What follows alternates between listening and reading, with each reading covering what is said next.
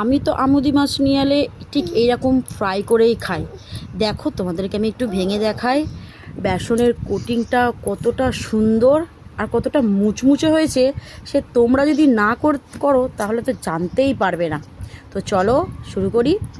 তো প্রথমেই আমি এখানে নিয়ে নিয়েছি 300 মতো আমুদি মাছ, আর মশলার জন্য একটু কয়েকটা কাঁচা লঙ্কা, একটু রসুন আর আদা, সেটাকে আমি একটু শিলে পিষে নিয়েছি, কারণ এইটুকুনি জিনিস তো সেটা আর মিক্সিতে পিষে কোনো লাভ নেই। তো এবার মাছের ওপর মশলাগুলোকে দিয়ে কিছুটা গুঁড়ো মশলা আমি অ্যাড করে নিয়েছি। এগুলোকে এবার ভালো করে হাতের সাহায্যে মেখে নেব।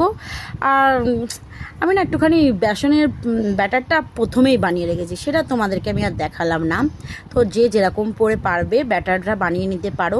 আর যদি এর সাথে একটু চালের গুঁড়ি অ্যাড করো তো আরও মুচমুচে খেতে লাগবে। তো চলো আমি একটু ফ্রাই করি। তো প্রথম প্রসেসটা আমি তোমাদেরকে একটু দেখিয়ে দিই। হ্যাঁ, তো এরকম করে আমি খুব অল্প করে তেল নিয়েছি, তোমরা পারলে আরও একটু বেশি তেল নিতে পারো। তো ছাকা তেলে ভাজলে আরও বেশি ভালো লাগে। তো আমার কাছে যেমন ছিল আমি তেমন করেই ভেজেছি। তো একটা একটা করে মাছগুলোকে আমি বেসনের ব্যাটারের মধ্যে ডিপ করে তেলের মধ্যে ছেড়ে একদম মুচমুচে করে ফ্রাই করে নেব, ব্রাউন কালার করে ফ্রাই করে নেব। তো প্রথম প্রসেস হয়ে গেছে, এবার দ্বিতীয় প্রসেসটাও তোমাদেরকে ঠিক সেম একইভাবেই ভেজে নিতে।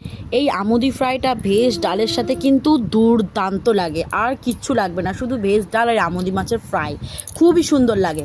তো আমি সবকটা মাছ এইভাবে ভেজে নিয়েছি। তো তোমরাও এরকম করে নিয়ে আসো বাজার থেকে কিনে, আর ফটাফট ভাজো। আর এগুলো কিন্তু শুধু শুধুও খেতে খুবই সুন্দর লাগে, আর সন্ধেবেলা চায়ের সাথেও যদি খেতে পারো তো ভালোই লাগে। তো আজকের ভিডিওটা এত দূরই। ভালো লাগলে অবশ্যই লাইক কমেন্ট করে দেবে। টাটা।